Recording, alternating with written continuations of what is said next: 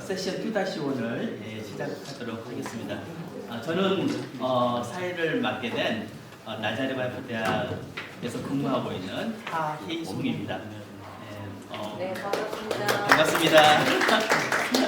예, 올해부터 이 한국 학센터 나자레바이프 대학에 있는 에전트 패컬티로 새롭게 합류해가 돼가지고 얼마 전에는 비시켓에 있는 올림피아드 그 학생이랑 같이 참석을 하고 이렇게 인연을 맺고 그때 여기 미나리 교수님이랑 박태희 교수님도 뵙고 그래서 또 오늘 또 새롭게 많은 분들 뵙게 돼서 반갑고요.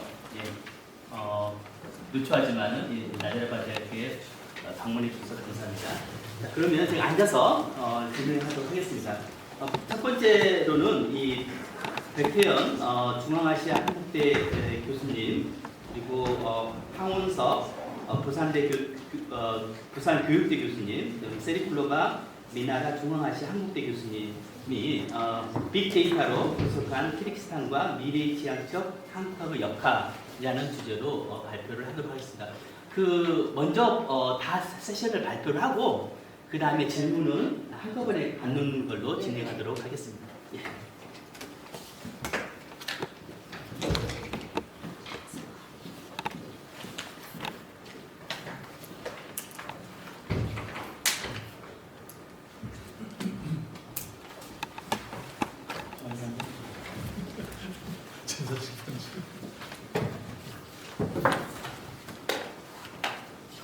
네, 반갑습니다. 중앙아시아 한국대학 백태현입니다.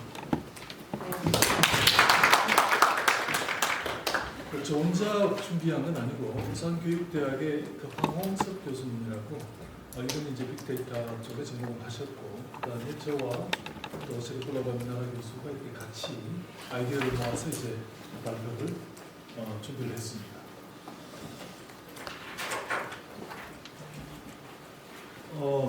그 발표 제목은 뭐 거창한데 어쨌거나 좀 전달하고 싶은 메시지가 있긴 합니다. 그래서 이제 발표를 진행하면서 말씀을 드리도록 하겠습니다.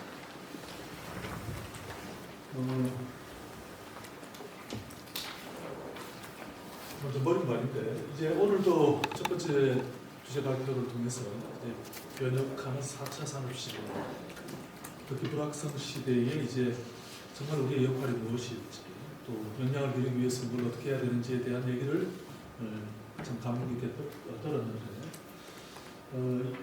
이번 발표는 우리가 흔히 얘기했던 빅데이터를 활용을 해서 활용한 부분은 그렇습니다. 한글과 영어로 이제 키르기즈라는 이런 단어를 입력을 해서 빅데이터를 산출을 했습니다.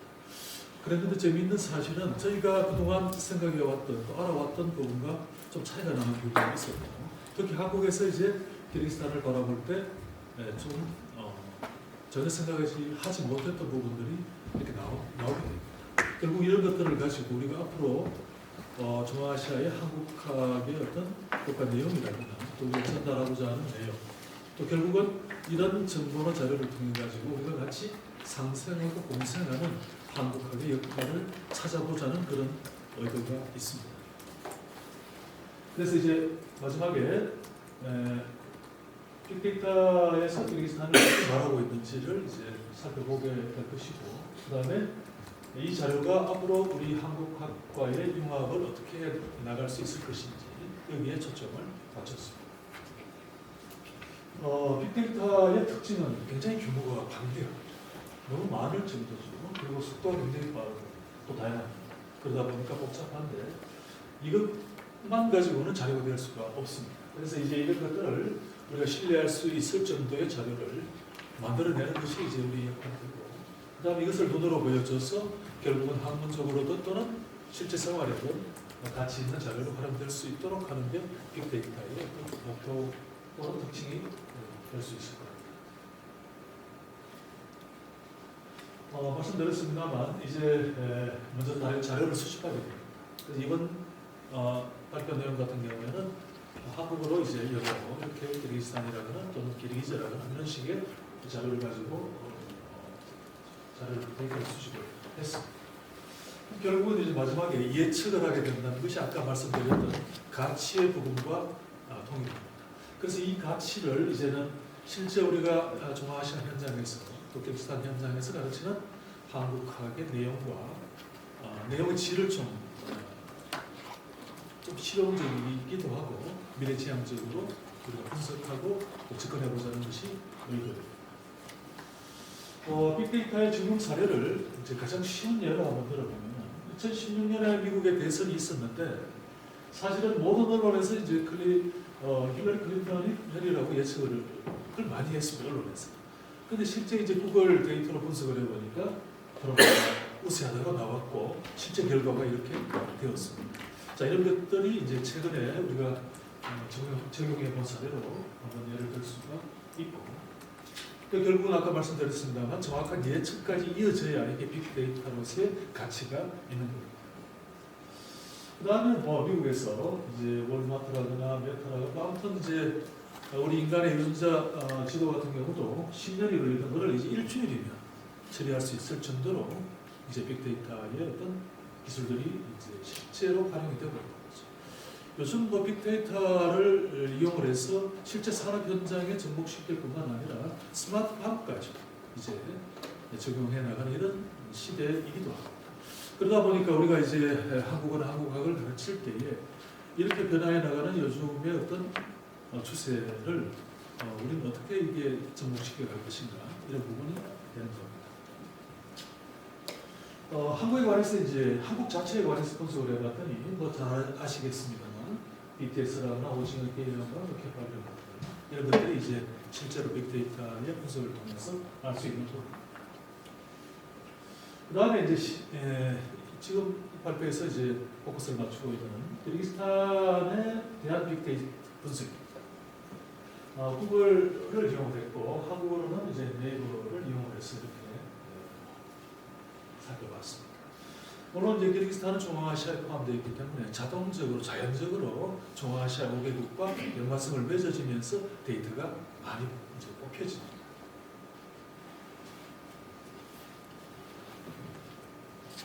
먼저 중앙아시아 5개국을 빅데이터로 분석을 했을 때 이제 관심도를 살펴봤더니 역시 이제 카자흐스탄, 우즈베키스탄, 투르크메니스탄, 키르기스탄. 키르기스탄이 4번째 정도 이렇게 되더라고요. 그 다음에 타지키스탄 순서로 관심도가 나타났습니다.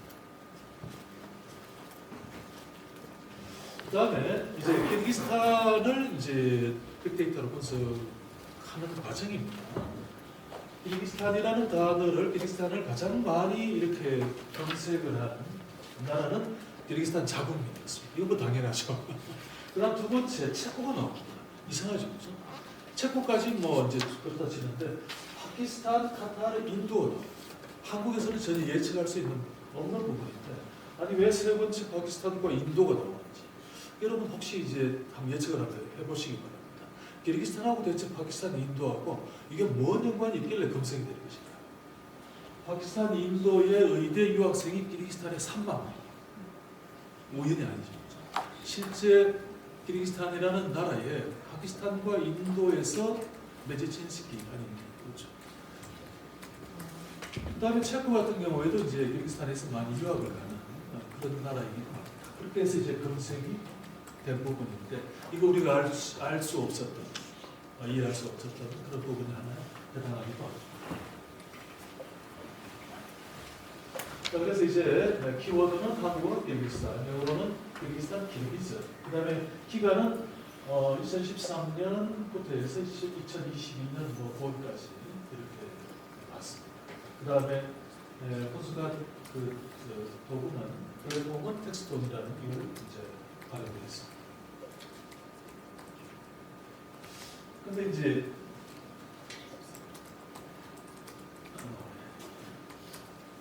이건 그 다음으로 치더라도 분석 기간에 나오는 이 두 부분이 한국에서 봤을 때 키르기스탄에 대한 관심도가 굉장히 높게 나타난 시기가 있었는데 그때가 언제였냐면 아시안 게임 축구할 때 그때 한국팀하고 키르기스탄 축구팀이 같이 이제 시합을 하는 적이 있었습니다. 그때 한국에서는 키르기스탄에 대한 관심도가 굉장히 높게 나타나는 일시적인 현상으로 이렇게 나타났습니다.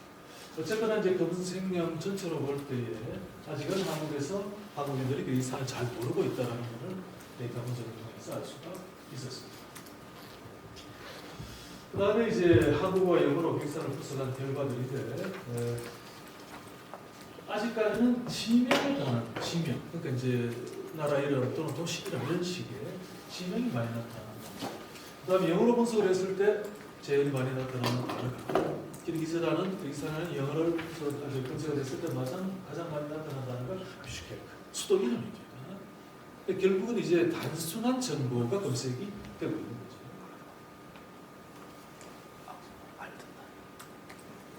그리고 이제 한국 같은 경우는 기르기스탄과 더불어 여타 중앙아시아 국가 러시아까지 이렇게 같이 연관을 지어서 검색을 많이 했고, 그다음에 영어로 아까 분석을 했을 때는 역시 비슈케크가 많이 나타났습니다. 그다음에 응집성이라고 해서 이제 자료들이 연관을 맺고 있는 응집성 분석을 몇 번 분석을 해볼 수 있는데 크게 네 그룹으로 나타납니다. 문화 그룹, 그다음에 여행과 관련된 것, 그다음에 경제적 협력, 그다음에 축구. 이 참 특이하죠, 그렇죠? 이렇게 네 개로 분석해요. 그다음에 이제 중심성, 어떤 한 키워드를 중심으로 한 이 중심성 분석을 했을 때는 키르기스탄과 더불어 카자흐스탄이 많이 검색이 됐고, 그다음에 유니버시티, 대학이 검색이 됐는데 이것도 특이한 현상 중에 하나입니다. 비슈케크의 대학이 꼬라도 비슈케크의 시리시아가 65개의 대학교가 있습니다. 전문대학 빼고. 이게 이제 우연의 일치가 아니라는 거죠. 자, 이런 부분이 이 데이터를 통해서 나타납니다. 그다음에 응집성 중에 이제 연관되는 단어들을 보면은 카자흐스탄과 한국이 연결되어 있고, 그다음에 비슈케크하고 센터, 그다음에 우즈베키스탄, 러시아, 그다음에 특이하게 세계 이런 또 단어가 검색이 되었습니다. 어쨌거나 이런 그 다양한 이제 응집성, 또 중심성 이런 걸 등을 통해서 보고 볼 때 키르기스탄이라는 나라는 여기가 이제 키르기스탄이고, 역시 이제 유럽과 아시아 또 아프리카, 동남아시아까지 어쨌거나 실크로드의 중요한 위치에서 그 역할을 찾을 수 있을 것이다 라는 겁니다. 이제 키르기스탄뿐만 아니라 중앙아시아도 마찬가지죠. 저희가 이제 가르치는 한국어는 한국학을 통해서 그 나라에서 실질적으로 도움이 될 수 있는 어떤 학문적 영역으로서 이 대륙들을 연결시켜 줄 수 있는 부분까지 우리가 한국학에서 포섭해 가야 할 것이 아닌가라는 그런 생각이 듭니다. 결국 이게 뭐냐면 지역적 특색을 가장 잘 반영한 데이터 자료라고 볼 수 있습니다. 그 다음에 이제 긍정적 감정 분석인데, 긍정적 이미지의 비율로 봤더니 카자흐스탄이 1위이고, 그 다음에 우즈베키스탄, 파키스탄, 이제 한자 붙은 나라까지 같이 이제 분석을 했는데, 그 다음에 키르기스탄, 타지키스탄, 투르크메니스탄, 아프가니스탄 이렇게 예상한 대로 이렇게 분석이 되었습니다. 그 다음에 관심 주제 분석인데, 대체로 이제 보면은 여행이라거나 음식 이런 것들이 많이 순위를 다투게 됩니다. 그래서 카자흐스탄이나 우즈베키스탄에 대한 결과도 보면은 이제 1위가 여행이었고, 그다음 2위가 문화, 그다음에 음식 이렇게 대체적인 경향을 우즈벡이나 카자흐스탄은 이렇게 나타났는데 키르기스탄은 좀 다릅니다. 1위가 컬처고, 그다음에 경제, 그다음에 여행, 교육, 그다음에 음식이 5위로 쳐져 있습니다. 이 부분은 재미있는 부분인데 결국은 무슨 의미를 가지냐 하면은 키르기스탄에 오면은 뭐 특징적인 음식이 없다는 거예요. 관광의 중요한 부분이 이제 음식이 들어갈 수 있는데 옆에 인근 나라와 차이가 조금 나죠. 이런 것들도 분석한 결과 알 수 있는 부분이었습니다. 그 다음에 이제 키르기스탄 같은 경우는 중앙아시아의 스위스라고 할 정도로 자연경관이 뛰어난데 그 중에서도 관광지 중에서 1위가 이제 이스콜로스이고, 그 다음에 라르차 국립공원, 그 다음에 이제 중앙광장, 그 다음에 이제 이스콜로스 옆에 안각화 군락지가 있습니다. 약 한 5,000점, 전 세계 안각화의 반 이상이 키르기스탄에 있다고 할 정도로 시내에서 가까운 거리에 이렇게 안각화들이 많이 있는데 여기를 많이 갑니다. 그 다음에 이제 종교 박물관 같은 형식으로 이렇게 해서 이제 세계 5대 종교의 모양을 만들어 두고 여기서 이제 국제회의도 많이 하고 이렇게 하는 지역이 있습니다. 그다음에 이제 그 시내의 중앙광장, 상례광장 이런 식으로 분석이 되었습니다. 자, 그래서 이제 결론을 짓도록 하겠습니다. 키르기스탄은 실크로드의 천산남로와 천산북로가 연결되어 있습니다. 그 다음에 실크로드 상에 가장 경관에 뛰어난 초원길로 연결이 됩니다. 그래서 이제 천산남로 북로를 통해서 중국과 가장 근접한 지역의 초원로가 연결되어 있고, 그 다음에 우즈베키스탄까지 연결되어 있습니다. 남부 오시뿐만 아니라 우즈베크까지 이제 연결되어지는 그런 실크로드의 요충지였는데, 지금 이제 중국과 철도, 우즈베크와 철도를 연결하려고 이렇게 노력을 하고 있습니다. 그래서 이제 동서양의 문화는 물론이고 활발한 교류를 했던 지역인데, 이제는 21세기 디지털 정보 인프라 구축을 통해서 비록 작은 나라이지만은 또는 한국학의 어떤 긍정적 기능이나 또 선기능을 통해 가지고 그 당시 가졌던 문화와 경제의 중심지로서의 역할을 새롭게 회복해 볼 수 있을 것이다 이렇게 생각합니다. 그 다음에 이제 키르기스탄은 미래 산업으로 관광이 굉장히 중요한데, 이것을 이제 단순 자연 관광을 벗어나서 이 관광지를 적극적으로 개발할 뿐만 아니라 이제 한국학이나 또는 기타 여러 가지 이제 매체에 또 인터넷 여러 가지 활용을 해서 적극적으로 홍보하고 알릴 필요가 있지 않을까 이런 생각이 합니다. 그 다음에 음식 홍보를 하거나 키르기스탄의 특색을 새롭게 할 수 있는 그런 메뉴 개발이 좋을 것이다. 해발이 750m이고 고산지대가 많기 때문에 고랭지, 야채, 채소가 굉장히 많습니다. 맛도 굉장히 좋고, 그래서 이제 이런 야채, 과일 또는 축산물까지도 굉장히 중요한 이런 그 자연 자원들이 많은데 이걸 개발하고 있지 못합니다. 그다음에 네 번째, 키르기스탄 역시 적극적으로 공부할 필요가 있고, 그다음에 이 데이터 분석한 자료들을 앞으로 한국학의 주요한 교과 내용으로 삼을 뿐만 아니라 그런 분야를 발전시켜 갈 수 있도록 적극적인 교과 과정 또는 교재를 만들 필요가 있다는 생각이 납니다. 그다음에 여섯 번째, 참 중요한 부분인데, 지금 키르기스탄 같은 경우는 인구 700만인데 한 150만 정도의 인구들이 사람들이 외국에 나가서 일을 하고 있습니다. 러시아에 한 100만. 엄청나죠, 그렇죠? 그뿐만 아니라 이제 한국이라거나 카자흐스탄이라거나 터키라거나 그다음 아랍에미레이트라거나 그다음에 지금 우리 학생들 중에서도 여름 방학 때, 겨울 방학 때 이 워킹 독일이라거나 터키 굉장히 많이 갑니다. 그다음에 얼마 전에 제가 모스크바를 갔다 왔는데 택시 운전기사의 70%가 키르기즈 사람이고 레스토랑의 한 95%가 키르기즈 사람들이에요. 한국 식당, 일본 식당을 레스토랑을 갔는데 다 키르기즈 사람인데 한국말을 못해요. 어디서 왔냐 제가 물어보고 그렇게 했었는데 키르기스탄의 인적 자원은 괜찮습니다. 그 다음에 새로운 언어 능력, 언어를 배우려고 하는 의식도 굉장히 강합니다.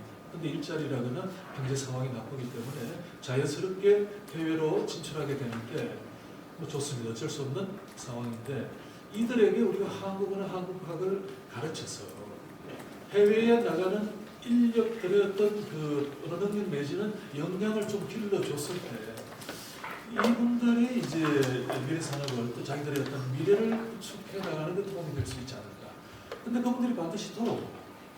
그래서 단순 노동자로서의 역할이 아니라 한국어나 또는 기타 능력들을 조금 더 우리가 육성을 시켜서 한국이나 러시아든 해외로 나갈 수 있도록 도와주는 역할도 우리가 이제는 학교 현장에서, 교육 현장에서 적극적으로 활용을 해야 되지 않을까라는 생각입니다.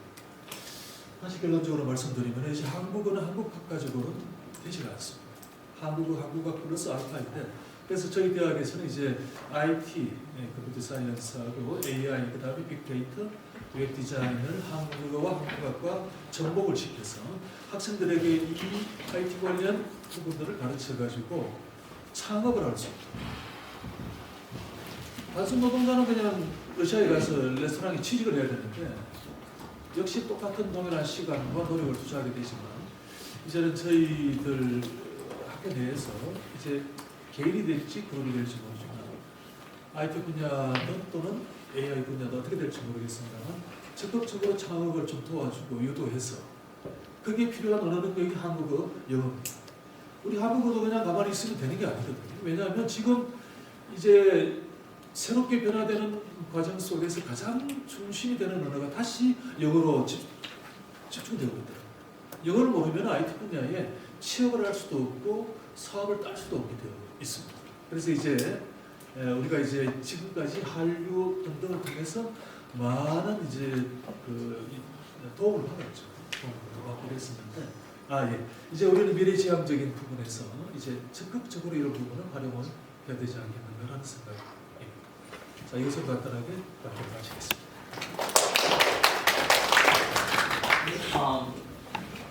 빅데이터를 이용한 키르기스탄과 한국의 미래에 대해서 백대 교수님이라는 인상 깊은 발표를 들었습니다. 시간 관계로 앞으로의 시간은 각 15분을 드리는데 제가 10분이 지날 때 이거를 드리고 2분 남았을 때 이걸 드리시면 원활한 진행이 되도록 하겠습니다. 감사합니다. 무슨 소리인지 몰라가지고 너무 속상해. 죄송합니다. 미리 알려드렸어야 되는데. 네, 사회는 저기 악역을 만드는. 예, 자리입니다. 감사합니다. 다음 발표자는 예르지에스대에서 이정혜 교수님께서 한국학의 패러다임으로 보는 한국 문화 콘텐츠에 대해서 발표해 주셨습니다. 네.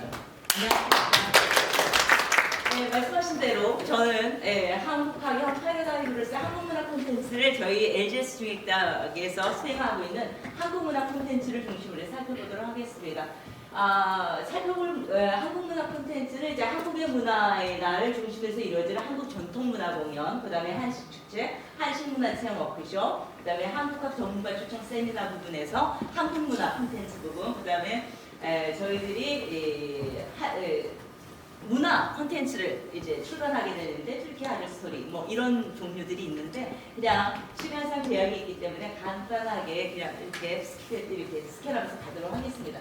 해외 한국학 연구의 어떤 이게 요소들로 이제 여러 가지가 언급되고 있는데 먼저는 한국 정부의 지원이 실질적인 원동력이 되고 있고 그 다음에 터키에서는 이제 한국의 경제적 성장이 터키 젊은이들에게 취업에 대한 전망에 대한 기대로서 이제 나타나고 있고, 그다음에 한류가 대중화 현상을 일으키면서 사회적 분위기를 조성하고 있습니다. 그리고 한류는 특별히 터키에서 한국어 수업에 대한 수요를 급증시키면서 튀르키예에서의 한국어 교육이 활성화되는데 크게 기여하게 됩니다. 그래서 현재 터키에서 대표적인 한국어 대학 교육기관이 앙카라 대학, LGS 대학, 이스탄불 대학 세 대학이 있는데 공인이 세 대학들의 어떤 공통점은 한국어중앙연구원에서 시행하는 시학형 사업을 생각하면서 성장하는 과정을 거치고 있다는 겁니다. 근데 터키에서 한국에 대한 인식의 전환점이 되어지는 것은 무엇보다도 2002년 월드컵과 이제 한류입니다. 2002년 월드컵은 터키에서 한국에 대한 인식과 한국을 기억하는 세대에 대한 전환점이 되어지고 있어요. 이제 그 전까지는 한국 참전 용사들을 중심으로 해서 기존 세대 속에 기억되는 한국은 가난한 나라, 불쌍한 나라, 전쟁의 나라였는데 2002년 이제 월드컵을 기점으로 해서 이제 젊은 세대로 교체가 되어가면서 경제의 강국, 그다음에 해서 취업에 대한 전망이 있는 나라. 그러다 보니까 이제 한국어를 이제 배우고자 하는 이제 수요가 늘어나게 됩니다. 사실 2002년 월드컵의 실제적인 수혜자는 LGS 대학교의 한국어문학과라고 할 수가 있어요. 왜냐하면 2000년도에 개설이 되었지만은 학생이 없었어요. 2, 3년 동안. 그러다가 2002년 월드컵을 기점으로 해서 2003년도에 20명이 들어오면서 이제 수업이 시작되었고요. 2012년, 14년을 거쳐가면서 석박사 과정이 설립돼서 운영되고 있고 2012년부터는 이제 2부제 학생들을 선발해서 1년에 약 100여 명 정도가 들어오면서 저희들이 이제 360에서 400명 정도 달하는 터키의 최대 한국어 교육기관으로 자리하고 있습니다. 그리고 두 번에 걸친 C학형을 연속적으로 실행하면서 이제 교육의 질을 향상시키면서 한국어 교육기관에서 발전하는 과정을 거쳤고요. 2019년부터 2024년까지 이제 알타이 문화권을 영위하는 한국학위의 새물결이라는 주제를 가지고 저희들이 중액대학 사업을 진행하고 있습니다. 그래서 저는 저희 LGS 중에 사업단에서 해외 한국어 진흥을 위해 수행하고 있는 사업들 중에서 한국 문화와 홍보를 목적으로 진행하고 있는 한국 문화 콘텐츠를 좀 살펴보도록 하겠습니다. 저희 LGS 중인 사업단은 5가지 5대 이제 사업에서 이제 사업이 진행되고 있는데, 특별히 한국 문화 콘텐츠는 한국 문화 확산과 전통 예술인 양성 사업 부분에서 이제 사업들이 진행되고 있는데, 특별히 저희들이 이제 포커스를 두는 것은 한국 전통 문화에 활성하고, 그거를 어떻게 활성화시킬 건가 하는 것은 저희들 이제 LGS 한국문학과의 한국 전통 문화 동아리 활동을 지원하고 그들을 활성화시키는 방향으로 이제 사업이 진행되고 있습니다.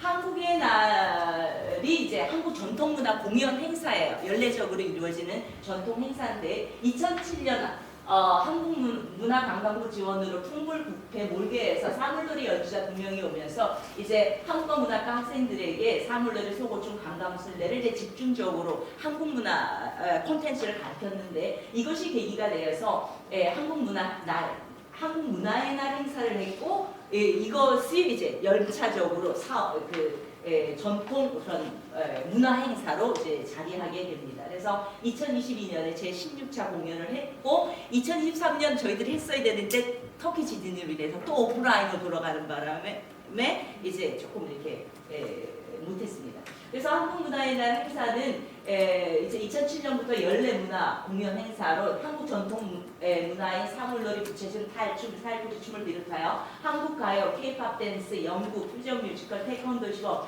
한복 패션스 등 다양하게 구성되어 있고, 공연은 대체적으로 1, 2학년이 중심적으로 이제 진행되었습니다. 그래서 이런 한국 전통문화 콘텐츠들은 이제 한국어 문학과의 한국 전통문화 동아리 활동을 통해서 이제 전통을 이어가는데, 선배 학생들이 후배 학생들에게 가르치고 배우는 과정을 통해서 전수되고 있고요. 따라서 학과의 결속력과 유대관계를 이제 돈독히 하고, 또 한국어 문학과 학생으로서의 정체성과 자긍심을 고취하는 한 매개체가 되고 있습니다. 또한 이제 한국문화의 날 공연은 학생들과 1년에 걸친 연습과 새로운 콘티와 아이디어를 개발하는 1년의 준비를 통해서 이루어지기 때문에 학생들의 창의력과 독립성이 길러지는 중요한 장이 되고 있고, 또 학생들의 열정이나 자신감이 상승하고 선후배 간의 유대감이 고취되는 그런 효과도 있습니다. 또 이런 1년의 과정 속에서 학생들의 한국 문화와 한국에 대한 애정이나 관심이 깊어지는 것은 당연한 이제 결과라고 할 수가 있고요. 또 학생들이 자발적인 참여로 이루어지기 때문에 유튜브나 인스타그램을 통해서 행사 동영상이나 활동 사진들을 공유함으로써 학과나 이제 한국 문화 공연에 대한 홍보도 빠르고 효과적이라고 할 수가 있습니다. 그렇지만은 이제 우리가 다 겪었듯이 코비드19 사태 때 거의 뭐 한 2년 정도 이렇게 활동이 중단됨으로 인해서 한국 전통문화 콘텐츠가 단절된 위기에 봉착하기도 했었습니다. 다행히도 저희들 터키에서는 2021년 가을 학기부터 수업이 오프라인으로 병행됨으로써 한국어 문학과는 가까스로 이 위기를 모면하고 2022년에 봄학기에 이제 제16차 한국문화의 공연을 할 수가 있었습니다. 이제 한식 축제는 한국의 문화, 음식 문화 및 한식을 알리고자 홍보하고자 기획된 사업인데, 사실 저희들 한식 축제는 이제 한국 문화의 날 행사와 더불어서 이제 그때 같이 연합해서 하고자 했지만은 마찬가지로 팬데믹 상황으로 인해서 이제 시간이 장기화되면서 그 진행 방법과 또 시기와 이것을 좀 변경해서 실행을 하게 됐습니다. 그래서 제1회 한식 축제는 2021년 10월에 이제 시작을 하면서 한국어 문학과 신입생 오리엔테이션과 병행하여서 시행을 했고, 또 팬데믹 상황이다 보니까 한식 도시락 축제로 이제 시행을 했습니다. 이 제1회 한식 도시락 축제는 이제 팬데믹으로 인해서 거의 1년 6개월 학교로 돌아오지 못했던 학생들이 이제 한 자리에 이제 학교로 돌아와서 한 자리에 모이는 신입생 오리엔테이션과 병행함으로 인해서 그동안 단절되었던 한국 전통문화 동아리 활동들을 재개하는 계기가 되었고, 또 전체 학년이 한 자리에 모임으로써 학과의 연합과 공동체 의식을 함양시키는 장이 되었습니다. 그래서 한식 축제를 오리엔테이션과 신입생 오리엔테이션과 병행해 보니까 여러 가지로 더 효과가 있었어요. 그래서 그 이후로는 이제 그 학과 내 연합과 한국 전통문화 동아리 소개 및 이제 활동을 홍보하는 장으로 한식 축제를 이제 사용하고 있습니다. 또 학생 팬들이 워낙 기다리는 그런 거다 보니까 이제 뭐 자체적으로 홍보도 빠르고 또 저희들은 저희들의 행사 모집을 통해서 이제 그 유튜브에 이제 업로드를 하고 있습니다. 제2의 한식나눔 축제는 이제 이런 식으로 이제 한류가 뜨거운 열풍을 일으키면서 한식에 대한 관심도 고조되고 있습니다. 그래서 이 한식에 관심을 갖고 있는 카이셀이 그냥 이제 한류가 뜨거운 열풍을 일으키면서 한식에 대한 관심도 고조되고 있습니다. 그래서 이 한식에 관심을 갖고 있는 카이셀이 그냥 이에 대한 홍보를 위해 직접 김치를 담가보는 김치 체험 워크숍을 진행했었습니다. 그래서 선착순으로 한 40여 명을 이제 모집을 했고요. 스텝 10여 명 등 해서 50여 명이 같이 김치 담그기 행사를 진행했습니다. 그래서 워크숍이다 보니까 김치와 건강에 대한 내용들도 이제 같이 언급이 되었고요. 이제 뭐 그러면서 한식에 대한 열풍이 있기 때문에 그 터키 내에 있는 그런 그 보도 매체들이 와서 자기네가 다 그냥 그 촬영을 하고 다 보도화를 시킨다 그래서 홍보에도 굉장한 효과가 있는 그런 행사 중에 하나입니다. 한국 전문가 추천 세미나가 이제 각 영역별로 이루어지는데 저희들은 한국문화 콘텐츠와도 관련해서 한국문화와 한류라는 부분으로 해서 이제 전문가 추천 세미나를 하기도 했었고요. 그래서 한국 문화재에 대한 그런 부분을 다루면서 이제 한류를 다룸으로 인해서 터키에서 진행되고 있는 한류의 동향과 영향들에 대해서 함께 논의하는 장이 되었었습니다. 그리고 이제 학문적으로 뒷받침이 또 되어야 되기 때문에 튀르키예 한류 스토리라는 책을 출간을 해서 튀르키예와 한류라는 키워드 아래서 이제 문화적 한류에 대한 맥락을 담은 책을 올 초에 출간했습니다. 그 다음에 이제 저희들은 마찬가지로 다른 사업을 진행할 때도 한국문화 공연을 같이 함으로 인해서 좀 더 효과적이고 홍보적인 그런 홍보가 빠를 수 있도록 그렇게 하고 그래서 이제 그런 워크숍 때 한국문화 공연도 해보고 한복 입어보기 체험도 해보고 그 다음에 한국 전통 어린이 놀이 체험 같은 것들을 하게 됩니다. 그래서 그거에 따라진 이제 그런 행사 장면들입니다. 이제 나가는 말 정리하겠습니다. 자, 1990년대 중국 및 동남아시아 중심으로 발행한 한류의 영향으로 한국어 학습에 대한 수요가 늘어나면서 해외 한국어 교육기관들이 설립되기 시작했습니다. 한류가 부흥하면서 해외 한국학 대학 교육들에서도 한국 정부의 해외 한국화 진흥 정책에 힘입어 한국학의 역량이 다양하게 전개되고 있습니다. 한류의 영역으로 한국학의 문화 영역에서 다뤄지고 있는 한국 콘텐츠도 이제 점점 그 영역이 넓어지면서 한국 전통문화, 문화예술, 한식, 한국 의료, 가오, 한국 제품 등 한국 문화 콘텐츠를 모두 포괄하는 K컬처로 전개되고 있습니다. 따라서 저는 이제 해외 한국학 LGS 중에 사업단에서 진행하고 있는 한국 문화 콘텐츠를 중심으로 살펴보았는데 LGS 중에 사업단에서 진행하는 한국 문화 콘텐츠는 한국 전통문화 동아리 활동의 활성화, 한국 전통문화 및 한국 문화 공연, 한식축제, 한복 체험 행사, 김치 담그기 체험 워크숍, 한류 관련 출판 사업 등 그 영역이 다양하다고 할 수가 있습니다. 그렇지만 앞에서도 잠시 언급되었지만은 LGS 한국어문화과 한국 전통문화 동아리 활동과 전수 및 한국 전통문화 공연의 진성을 유지하기 위해서는 이제 대안과 방안이 요청되고 있습니다. 건 2년에 걸친 팬데믹 상황과 지진 같은 재난의 상황에서는 정상적인 학기 운영이 되지 못함으로 인해서 한국 전통문화 동아리 활동의 중단과 학생들의 상황에 따라 한국 전통문화 활동이 중단될 위험이 크기 때문입니다. 그리고 이제 다른 문화 콘텐츠와는 달리 한국 전통문화 공연은 전통 악기를 다룰 수 있는 이제 일정량의 전문성과 연습을 위한 시간과 수고가 요구되기 있기 때문에 이것들을 전문화시킬 수 있고 지속화시킬 수 있는 그런 어떤 전문적인 그런 프로그램이 필요하게 되고 또 LGS 사물놀이 팀 같은 전통 문화 팀을 양성하는 것을 목표로 해야 할 것이라고 생각이 되어집니다. 아무튼 이제 현재 LGS 지원대학 사업단에서 수행하고 있는 한국 전통 문화 공연, 한식 축제, 한국 문화 체험 워크숍, 기타 다양한 한국 문화 공연 콘텐츠들이 사업 수행 과정에서 빚어지는 시행착오를 보완하고 업그레이드한다면 다양한 계층의 터키인들에게 한국 문화를 알리는 한국학의 한 패러다임으로서의 한국 문화 콘텐츠가 되지 않을까라는 기대를 해보게 됩니다. 저희들도 한국 문헌이고요. 사실 이제 저희들이 행사 진행하면서 업로드했던 유튜브 영상들이라든가 또 이제 그 사업 관련 보도 자료들이 이제 뒤에 있습니다. 이 뒤에 이렇게 기록되어 있습니다. 네, 저는 이것으로 마치도록 하겠습니다. 감사합니다. 터키 LGS 중액대학의 이정혜 교수님의 한국사 콘텐츠에 대해서 알아봤습니다. 너무 발표 잘 들었고요. 다시 한번 알려드리면은 시간을 다 활용하지 못하신 것 같아가지고 이거를 들으면은 10분이 지나서 5분이 남았다는 이야기고 네. 이거를 들으면은 2분 내에 맞춰주시라는 이야기입니다. 네, 네. 자, 그러면은 세 번째 발표자는 페르가나 우즈베키스탄 페르가나 한국국제대학의 김은건 교수님이 동부 지역의 초중고 한국화 교육 현황에 대해서 발표해 주시겠습니다. 감사합니다. 페르가나 국제대학교 한국국제대학교 김은건입니다. 지도를 보시면은 서부 타슈켄트를 중심으로 서부, 중부, 동부 지역이 있는데 이번에 발표할 내용은 우즈베키스탄 동부 지역 초, 중, 고등학교 한국 교육 현황에 대해서 발표해 드리겠습니다.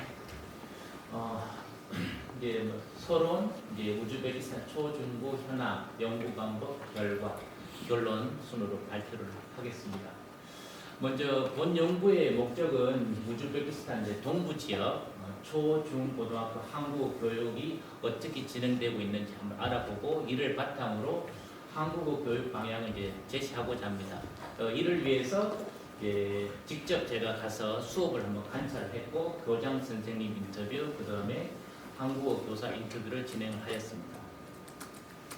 먼저 간단하게 우즈베키스탄 한국 교육 역사를 살펴보면은 이제 고려인 이주와 함께 한국 교육이 시작되었는데 1937년에 우즈베키스탄 한글 학교가 설립되면서 한국 교육이 시작되었습니다. 그리고 56년에는 니자미 사범대학교에서 한국어과가 설치되기도 하였고 90년도에는 이제 타슈켄트 35번 학교에서 한국어 방과후 수업이 시작하면서 초, 중, 고등학교에서 한국 교육이 시작이 되었습니다. 그리고 이제 91년도에 세종 한글학교가 개교됐고 92년도에는 이제 수교로와 함께 한국교육원이 이제 개설이 되었습니다. 95년도에는 포이카에서 처음으로 한국어 교사가 이제 파견되기 시작했습니다. 그리고 이제 97년도에 이제 한국어 능력 시험이 첫 해 시행되기도 하였습니다. 그리고 이제 최근 이제 19년도에 이제 한국어가 제2 외국어로 선정이 되었습니다. 그리고 이제 2022년도에는 이제 타슈켄트 한국교육원에서 한국어 교육 10개 선도 학교를 지정하였고 해외 초, 중, 고등학교 한국어 교재가 이제 보급되기 시작하였고 이제 더불어서 이제 우즈베키스탄 제2 한국어 교육과정이 우즈베키스탄 국민교육부에 의해 가지고 개발 승인이 되었습니다. 이러한 전체적인 이제 한국어 교육 역사가 있습니다. 이제 이런 역사가 있는데 이제 한국어 우즈베키스탄 한국어 교육에 대해서 어떤 연구들이 이제 진행되어지고 있는지 좀 살펴보았는데 주로 대학 수준의 한국어 교육 현황에 대해서 연구가 이루어졌고 세종학당 한국어 교육 현황, 한국어 문화교육, 한국어 교육과정, 한국 문화 또는 이제 한국어 교재에 대한 연구가 를 중심으로 우즈베키스탄 한국 교육이 연구가 이루어졌습니다. 이 보시다시피 이제 왜 제가 이 연구를 하게 됐냐면은 한국어 교육 연구의 이제 선행 연구들을 보면은 한국어 교육 현황, 한국 문화 및 문학, 한국어 교육 과정 교재 연구에 이제 국한되어 있고 초, 중, 고등학교에서 한국어 교육이 어떻게 진행되어지고 있는지 거의 전무하다시피 연구가 이루어지고 있지 않았습니다. 그래서 이제 제가 연구를 하게 되었고 실제적으로 제가 또 다른 연구를 하면서도 살펴보았는데 KSI 논문이라든지 리스에서 보면 초, 중, 고등학교에 제가 키워드를 검색해서 쳤는데 초, 중, 고등학교 한국 교육에 대한 연구는 전무하였습니다. 그래서 보니까 초, 중, 고등학교가 어떻게 보면 한국 교육의 첫 시장이면서도 중요한 그것인데 좀 연구가 많이 부족한 것을 발견하였습니다. 우즈베키스탄 초중고 현황에 대해서 한번 살펴보겠습니다. 2022년도 현황인데 현재 한 1130개의 초중고등학교가 있고 우즈베키스탄에서는 그래서 거기에서 600만 명이 이제 수업을 듣고 있습니다. 그리고 우즈베키스탄 초중고등학교에서 사용되고 있는 언어가 7개 언어로 조사되었습니다. 그리고 이제 공립학교는 대통령학교, 창의학교, 특수학교, 이제 마크타부 이렇게 좀 분류를 나누어져서 공립학교가 운영이 되고 있습니다. 그리고 이제 사립학교 이제 당연히 있고, 공립학교를 중심으로 한번 지역별 언어별 학생 현황을 살펴보면은 이렇게 14개 주 또는 시에서 한 600만 명이 정도가 이제 학생들이 분포되어 있고, 7개 언어인데 역시 이제 우즈베크 언어가 가장 많이 사용되어지고, 그다음에 러시아어, 키르기스, 투르크메너도 이제 우즈베키스탄 초중고에서 이제 사용되어지고 있습니다. 그리고 이제 대통령 학교를 한번 살펴보면, 대통령 학교는 주로 14개의 학교가 있는데 주마다 한 개의 학교가 분포되어 있습니다. 그리고 이렇게 이제 보면 학년이 6학년에서부터 11학년 또는 5학년에서부터 11학년까지 이렇게 되어 있는데, 이것은 왜 이렇게 되냐면 일반 마크타부에서 학생들이 수업을 듣다가 5학년을 마치고 대통령 학교로 시험을 쳐서 이제 전학을 오는 겁니다.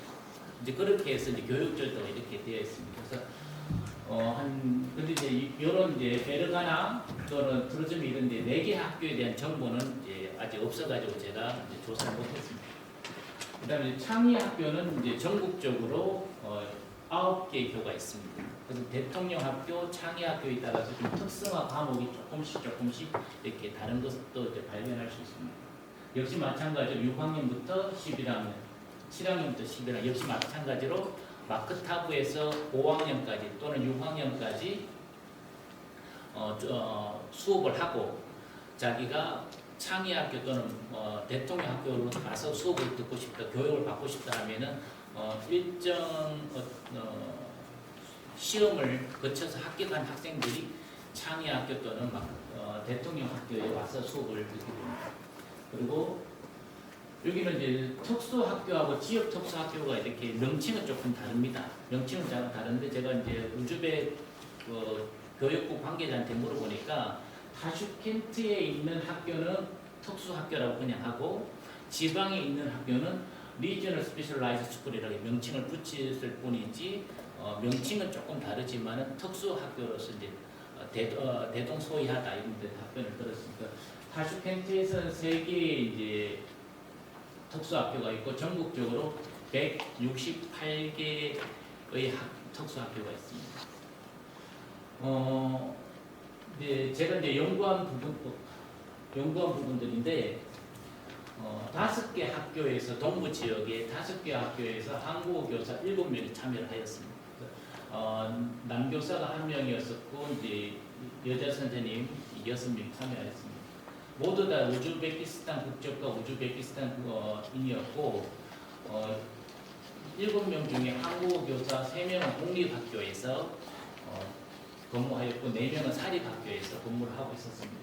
이 7명 중에 1명은 외국어로서의 한국어 석사학위, 한국에 가서 이제 석사를 직접 한 교사였고, 또 2명은 우즈베키스탄 국민교육부에서 발급한 한국어 교사 자격증을 소지하고 있었습니다.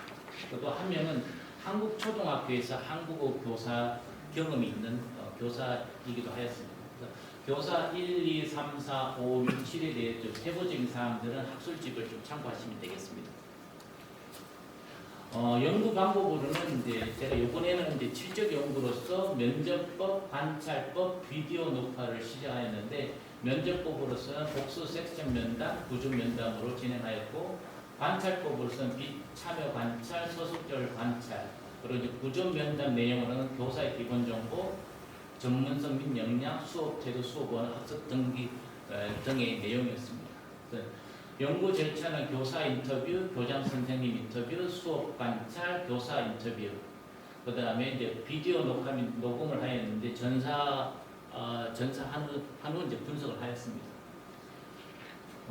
한국어 이제 5개 학교에서 한국어 수업 현황을 이제 살펴보시면은 A 학교에서는 이제 8학년하고 5학년만 한국어 수업이 진행되고 있었습니다.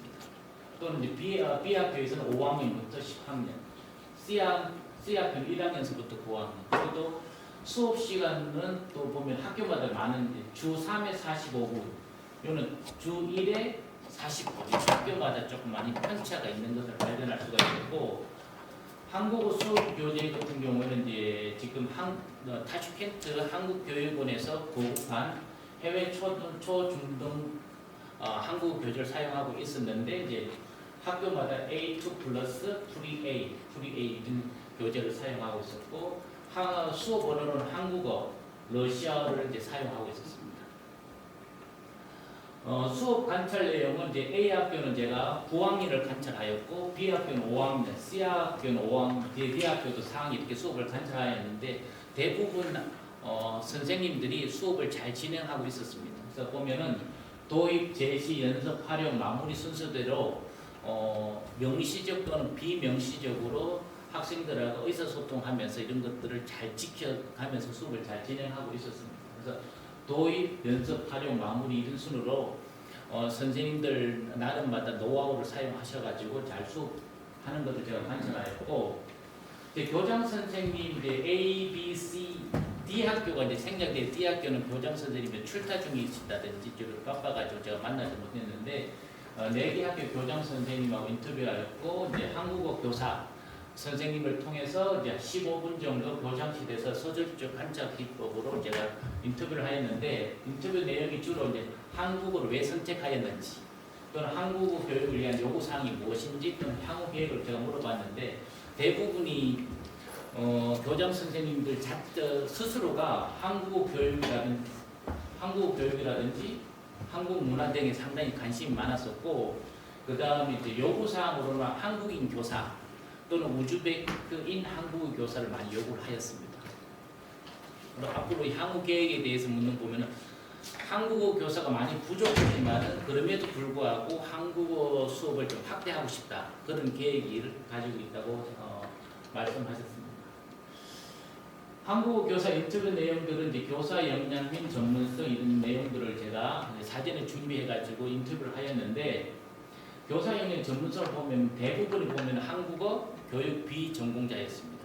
그럼에도 불구하고 이 선생님들이 상당히 이제 원만하게 한국어 수업을 진행하는 것을 제가 관찰도 하였고, 본인들도 스스로 그렇게 한국어 수업을 잘하고 있다, 이렇게 좀 이렇게 하였고, 그런 이제 비전공자인 관계로 한국어 교사 영어를 조금 교육을 지속적으로 해줬으면 좋겠다, 이런 요구사항이 있었습니다. 이런 부분들은 교사 4의 답변, 교사 7의 답변, 이런 부분들은 이제 학술집을 좀 참고하시기 바라겠습니다. 두 번째는 한국어 수업 태도에 대해서 제가 질문을 하였는데, 학생들은 한국어 수업에 대해서 아주 상당히 긍정적이고 또 매우 적극적으로 참여를 하였습니다. 그리고 한국어 수업에 대한 학생들이 아주 높은 기대감을 가지고 있었고, 수업 시간에 자기가 조금 잘 모른다고 하여서 긴장하거나 불안감이 전혀 없었고, 수업 관찰을 통해서도 이런 것들을 제가 더블 체크를 확인한 결과 이렇게 동일하게 나타났습니다. 이제 수업 교재로는 해외 초중 한국어 교재를 사용하고 있었는데, 교사라든지 학생들 모두 만족을 하고 있었고, 학습 규모는 보통 이제 조금 다르지만 15명에서 한 20명 정도 접수하였고, 수업 시간도 아까 조금 전에 표에서 봤겠지만 개별 학교마다 조금씩 차이가 있었습니다. 학생들의 한국어 능력도 조금 개별 학교마다 좀 차이가 있었고, 이제 학습 기간이 2년 또는 이제 중학생의 경우에는 한국어로 간단하게 자신의 목표, 생각, 감정들을 좀 표현할 수 있었지만은 좀 그렇지 않을 경우에는 간단한 인사말 수준 정도의 이제 한국어 능력들이었습니다. 그 학습 동기로는 이제 내재적 학습 동기가 외재적 학습 동기가 좀 높았습니다. 그래서 주로 보면 교사도 마찬가지, 학생들도 마찬가지, 한국어, 한국 노래, 한국 가수, 한국 문화 자체가 좋아서 한국어를 공부하는 경우들이 많았고, 이제 고학년일수록 이제 한국 대학 유학 및 한국 기업 취업을 위해서 공부하는 학생들도 이제 있었습니다. 그리고 이제 기타 사항으로 한국어 교육에서 가장 중요한 학습 영역이 무엇이냐 물어보니까 이제 듣고 말하고, 아무래도 의사소통에 대해서 이제 이 가장 중요하다고 생각하고 있었고, 한국어 채택 학교 및 한국어 교육 활성화 요인에 대해서 물어봤습니다. 마찬가지 한국어 교사의 안정적인 수업이 가장 이제 1순위를 뽑았고, 한국어 수업 시간 확대, 지속적인 교사 교육을 요구하기도 했습니다. 이제 결론을 말씀드리겠습니다. 제가 이제 5개 교 7명의 교사와 이제 인터뷰한 결과 가장 이제 중요한 것이 한국 교사의 안정적인 수급이 제일 필요했습니다. 한국 정부는 이제 조금 전에 우리 오전에도 발표했지만 어떻게 이거를 한국에서 계속 파견할 수 있느냐라고 방문하실지 모르겠지만 그럼에도 불구하고 동기부여 차원에서는 한국 교사가 어느 정도 일정 정도 파견되는 것이 좀 필요하다. 그다음에 우즈베키스탄 정부도 이제 사범대학교 및 현지대학교 한국어과를 통해서 한국 교사를 좀 배출하는 것이 좀 필요하다. 왜냐하면 한국에서 파견하는 교사만으로는 다 충당할 수가 없으니까. 그다음에 한국어 교사 전문성을 향해서 이제 좀 행정적인 비용을 지원이 필요합니다. 계속해서 교사 교육 같은 거. 그런데 이제 마지막으로 이제 지금 이제 해외 초중 한국 교재가 보급되었는데 이런 부분들이 우즈베키스탄 교육 제도하고 조금 불일치하는 부분들이 있습니다. 이런 부분들을 어떻게 해결할 것인가 이제 향후 과제이고 그 다음에 이런 부분들이 그럼에도 불구하고 교재가 보급이 되었는데 이런 교재들이 마크타부에서 이제 초, 중, 고등학교에서 잘 적용이 될 수 있도록 이제 현지에 있는 한국어 좀 전문가들의 어떤 협업이 좀 필요하지 않을까. 그다음 이제 마지막으로 우즈베킨 한국 교사의 좀 처우 부분들이 좀 향상되었으면 좋겠다.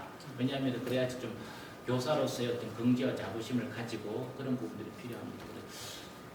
제가 동부 지역 한 5개, 7명의 교사를 인터뷰를 통해 가지고 이렇게 결론을 맺어봤습니다. 네, 감사합니다. 네, 감사합니다. 아주 시간을 잘 지켜주셨고요. 진문 교수님이 우즈베키스탄 동부 지역 초중고 현황에 대해서 이 인터뷰를 등을 통한 직접 방문으로 통한 이 현황과 전망 아주 감명 깊게 들었습니다. 감사합니다. 네 번째로는 역시 그 터키의 LBS 정진환 교수님께서 훈민정음 K-클래스 콘텐츠로서의 가치에 대해서 발표해 주시겠습니다.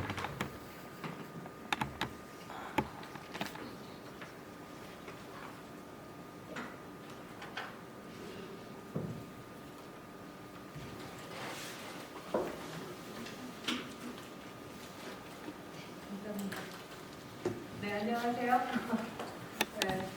트르키예 국립 LBS-대학교 한국어문학과 정지원이라고 합니다. 반갑습니다.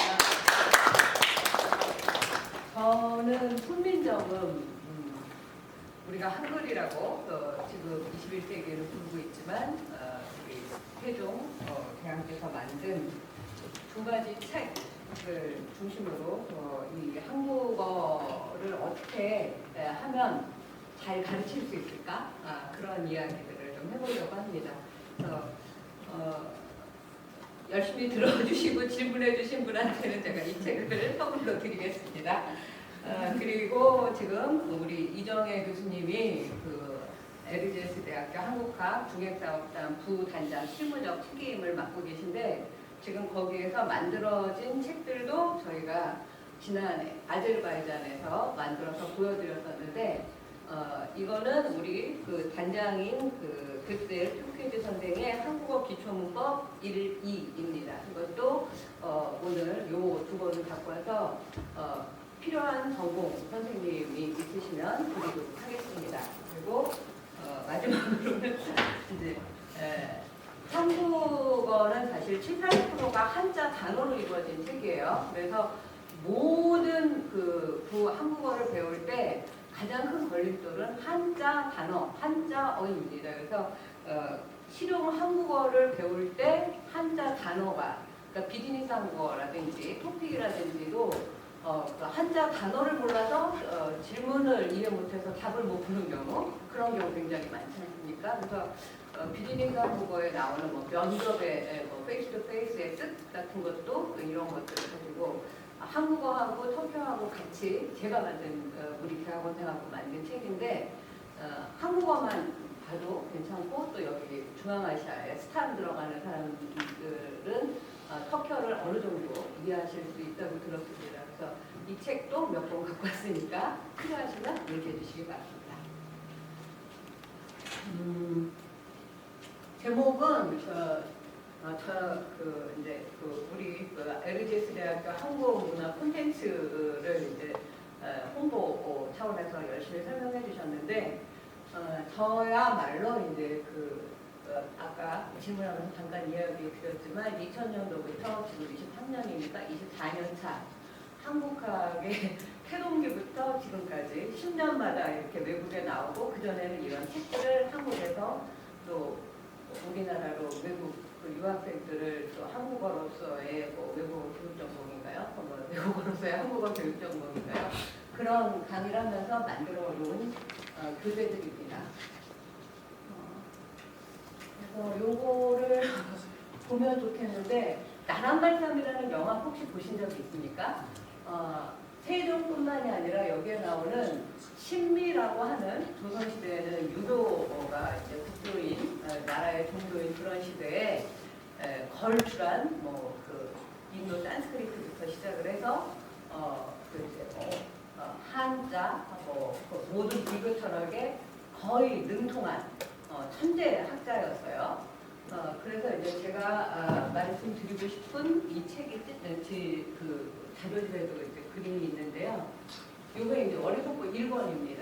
제목을 제가 월인석보 훈민정음의 날개를 달다라고 이제 제목을 붙였는데 이 1권에 훈민정음으로 쓴 한글 설명서가 나옵니다. 이게 이제 훈민정음 언해본이라는 건데 그런 이야기들 그리고 요거를 제가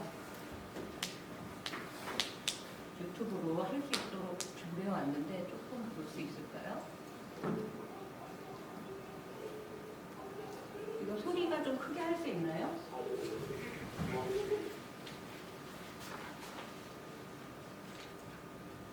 백인데 안 되는구나.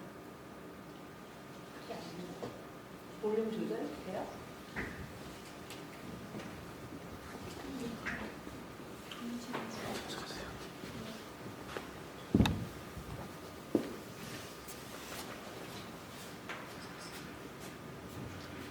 저는 자료집을 그냥 보시고 그림 위주, 책 위주로 설명을 드리고 끝내려고 합니다. 네.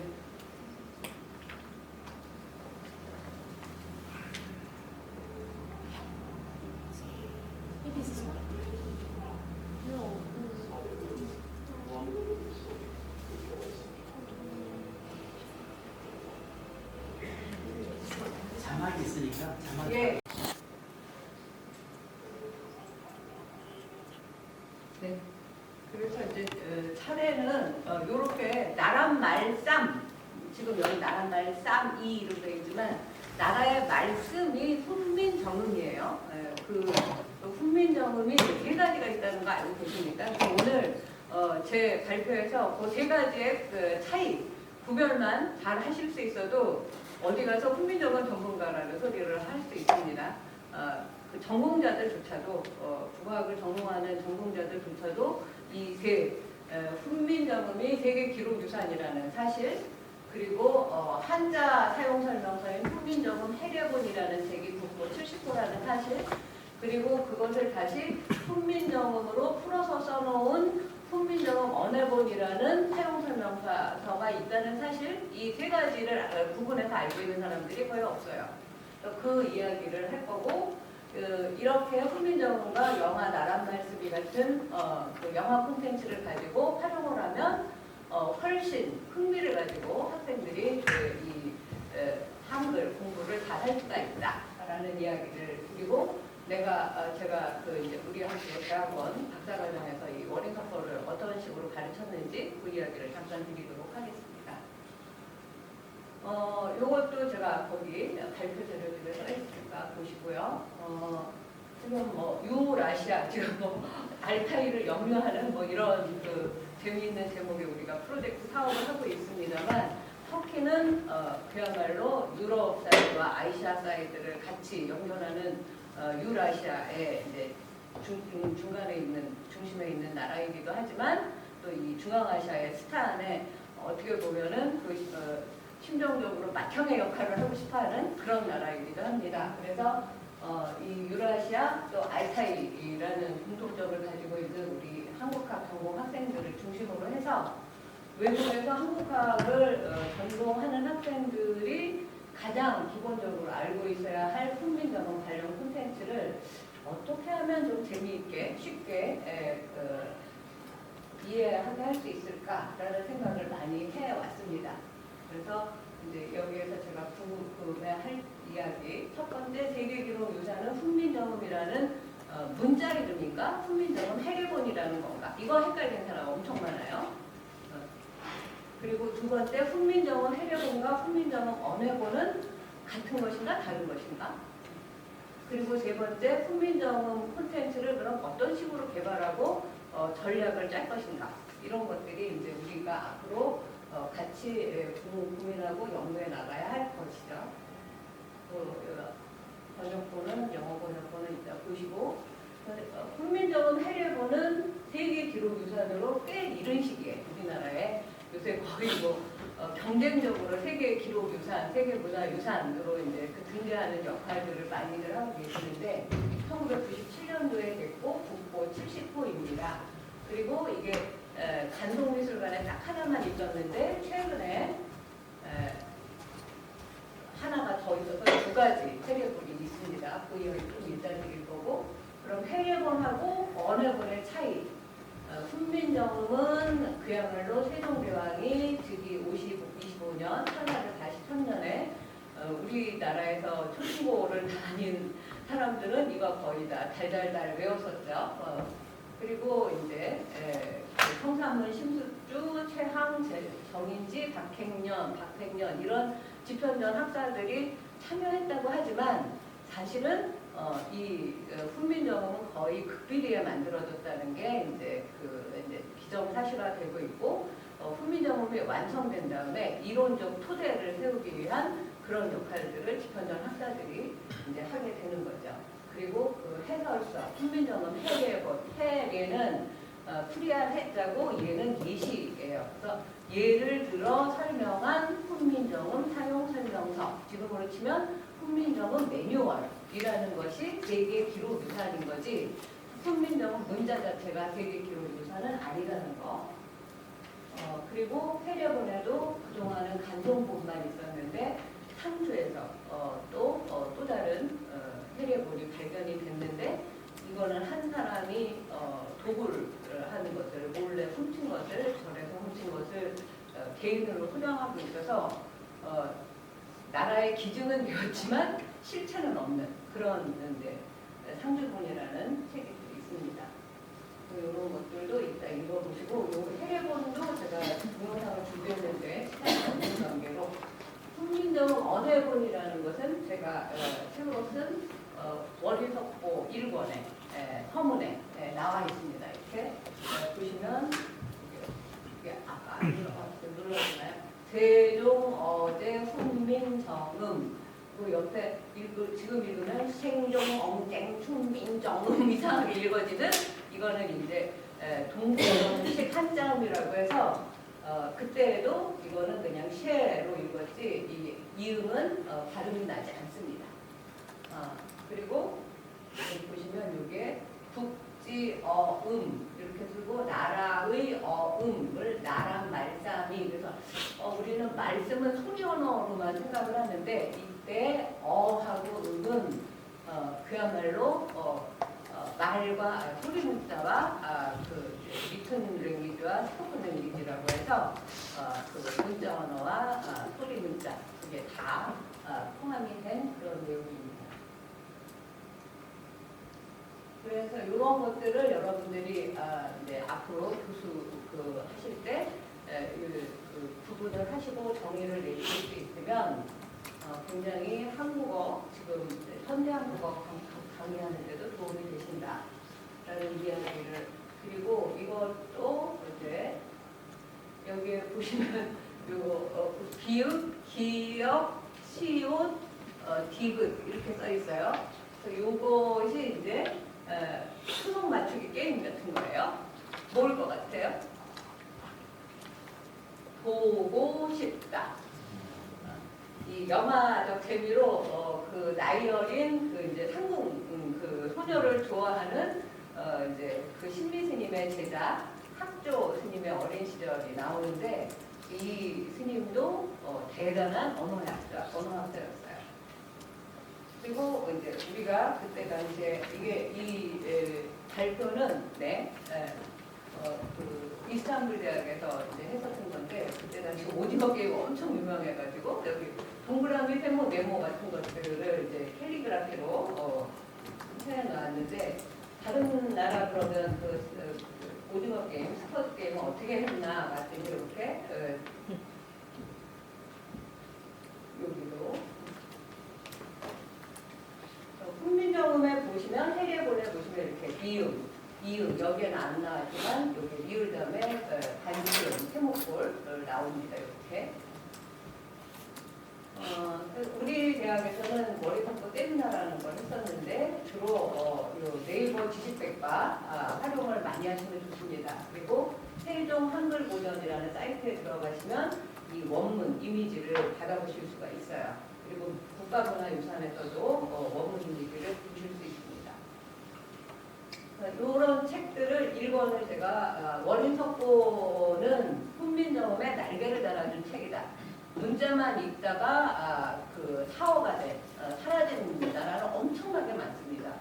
그러나 지금 우리 600년 동안 이 뭐 일제 강점기라든지 여러 그 고난에도 불구하고 지금 21세기에 역량적 6위의 나라가 된 것은 이 훈민정음, 한글, 언어, 모국어를 가지고 있고 문자를 가지고 있었기 때문이고 두 번째 책은 제가 원인석고 그대 이름은 한글 대장경 2권을 이제 현대국어 에세이로 써놓은 것입니다. 제가 이 책을 주로 가지고 왔으니까 드리도록 하겠습니다. 그래서 이 이제 코비드 시대를 뉴노멀 시대라고 또 이야기를 하지 않습니까? 그래서 뭐 영화라든지 캘리그라프라든지 뭐 드라마라든지 애니메이션이라든지 비대면으로 할 수 있는 여러 가지 그 한류로 진화할 수 있는 콘텐츠 개발은 무궁무진하다 이렇게 말씀드릴 수 있겠습니다. 네, 저 이거는 가져가도록 하겠습니다. 감사합니다. 더 많은 시간을 할애하지 못해서 죄송하고 한번 나중에 좀 따로 초청을 해가지고 한번 길게 1시간 정도로 강의를 한번 들으면 어떨까 생각했습니다. LBS 대학의 정진원 저자 훈민정음 K-클래스 콘텐츠로서 같이 발표 잘 들었습니다. 자, 마지막으로는 역시 LGS 대학의 김현정 교수님께서 한국과 터키 자타 양용 동사에 대하여 라는 주제로 발표를 듣도록 하겠습니다. 네, 발표를 시작하겠습니다. 제가 그 한국에서 박사과정을 하면서 사실 그 전공은 그 청나라 시대의 만주어를 제가 전공을 했는데요. 이렇게 그 튀르키예어를 또 이제 좀 언어 연구를 하고 좀 이렇게 연구를 하는 것에 대해서 좀 이렇게 의아하게 생각하시는 분들도 있을 텐데 뭔가 이렇게 그 튀르키예어와 그 만주어 간에 이런 북방 언어들 간의 공통점에 좀 흥미를 느끼고 호기심을 느껴서 좀 그 야금야금 공부를 하기 시작한 것이 좀 어떤 문법적인 그런 공통점을 발견을 하고 연구를 하게 된 계기가 되었는데요. 근데 물론 뭐 아주 튀르키예어를 잘 구사하시고 회화도 아주 잘하시고 그런 정도의 경지에 올라가야 좀 연구를 할 수 있는 게 아닌가 이런 생각을 저도 하고 있기는 해요. 하지만 일단은 그렇지 않더라도 튀르키예어를 배우는 단계에서도 뭔가 문법적으로 제가 발견하고 좀 관심을 가지고 호기심을 느끼는 부분을 설명을 하고 좀 그런 부분을 어떻게 현대 언어학적인 이론으로 어떻게 분석하고 해체할 수 있을 것인가에 대해서 좀 한번 연구를 해봤습니다. 그래서 그 자타 양용동사라는 말은 그러니까 자동사랑 타동사 둘 다 된다는 말이겠죠? 그래서 지금 폰트가 깨져 있네요. 그 능격 동사라고도 불리는데 언어 유형론적으로 상당히 여러 언어에서 발견이 됩니다. 그 능격이라는 그런 언어와 용어에 대해서도 제가 능격을 연구하면서도 사실 그 교수님들이 많이 우려를 하셨어요. 왜냐하면 능격이라는 개념 자체가 외국에서 발달이 되어서 이제 연구가 되어지고 있는데 이런 능격이라는 것에 대해서 좀 너무 현학적인 그런 개념이 아니냐. 그러니까 이게 너무 추상적이고 머릿속에서만 그 상상으로 이루어지는 그런 개념이기 때문에 좀 이러한 그런 현학적인 그런 언어학적인 개념을 연구하기보다는 좀 더 실제적이고 살아있는 그런 이렇게 구체적인 살아있는 언어를 연구하는 게 어떠냐 이렇게 제안하시는 분들이 많았는데 일단은 제일 큰 이유는 코로나 때문에 제가 뭐 언어 조사나 그런 것을 갈 수 없었고 그래서 일단 좀 문헌이나 그 문장 그 이미 연구된 그 자료를 통해서 그렇게 뭔가 언어학적인 이론을 적용을 해서 연구할 만한 것이 없을까라고 했을 때 뭔가 이런 능격이라는 개념이 조금 추상적이기는 해도 상당히 독특한 그런 언어 현상이기 때문에 좀 관심을 가질 만하다라고 해서 능격에 관심을 가지게 되었습니다. 그래서 이번 그 연구의 주제는 그 한국어와 티르키예어에서 나타나는 자타 양형 동사의 현상을 다뤄보려고 합니다. 그래서 그 능격 동사에 대해서 먼저 논하려면은 먼저 대격, 어큐저티브랑 그 다음에 능격, 얼거티브의 개념부터 다뤄야 되는데요. 근데 사실 이게 능격이라는 게 되게 층위가 다양해서 뭐 그런 어휘 차원의 능격도 있고 그 다음에 그 문장 형태 차원의 능격도 있고 의미 차원의 능격도 있고 이게 언어마다 상당히 베리에이션이 다양하게 나타나기 때문에 능격을 뭐 그 연구하고 정리한 그런 연구들을 보면은 각 언어마다 다 다르게 적용되어서 어떤 언어는 뭐 어휘적인 능격만 적용이 되고 어떤 언어는 형태적인 능격만 적용이 되고 어떤 언어는 의미적인 능격만 적용이 되고 그렇습니다. 그래서 일단 여기에서 능격의 좀 가장 그 기본적인 개념을 좀 보면은 그 문장 성분 중에서 자동사의 단해 논항과 타동사의 논항, 그 다음에 타동사의 직접 목적어 논항에 대해서 좀 보면은 되는데요. 그 콤이라는 학자가 이미 78년에 이 능격 부분을 설명하기 위해서 이런 SAP의 개념을 도입을 해서 능격이라는 문법을 이미 다 정리를 해놨습니다. 그래서 현대 언어의 경우에는 이게 왜 폰트가 다 깨지네요. 이쁘게 깨졌네. 감사합니다. 저기 뭐죠? 그 자료집은 잘 나와 있지만 자료집을 자료집으로 볼까요? 자료집은 제대로 나왔어요. 그러면 조금 번거로우시더라도 자료집으로 89페이지 보시면 돼요.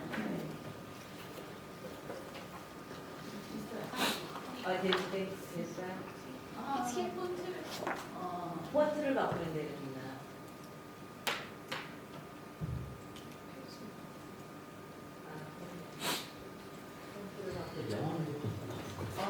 한 페이지 한 페이지 다 해야 되는 건가요? 그 특수 기호가 있으면 차라리 PDF 파일을 바꿔서 발표하세요. PDF 파일을 저기에서 바꾸면 안 되고 다른 되는 노트북에서 바꿔야 돼요. PDF 파일 저장 한 페이지씩 바꾸면 돼요? 네, 되는데 저한테 그 없어요. 파워포인트가 없어요. 파워포인트가 저한테 있긴 한데 지금 잘 바꾸고 있네요. 금방 하겠네요.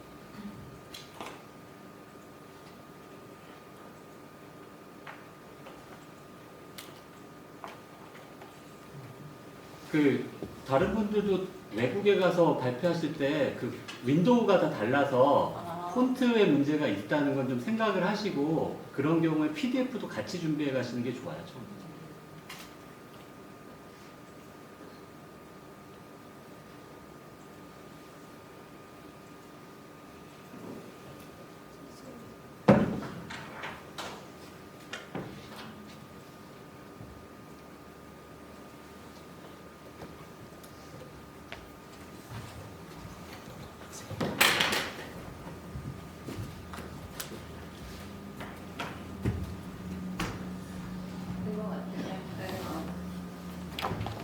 조금 늦게 끝나더라도 수정 시간을 발표 시간에 제외하도록 하겠습니다. 대단히 감사드립니다.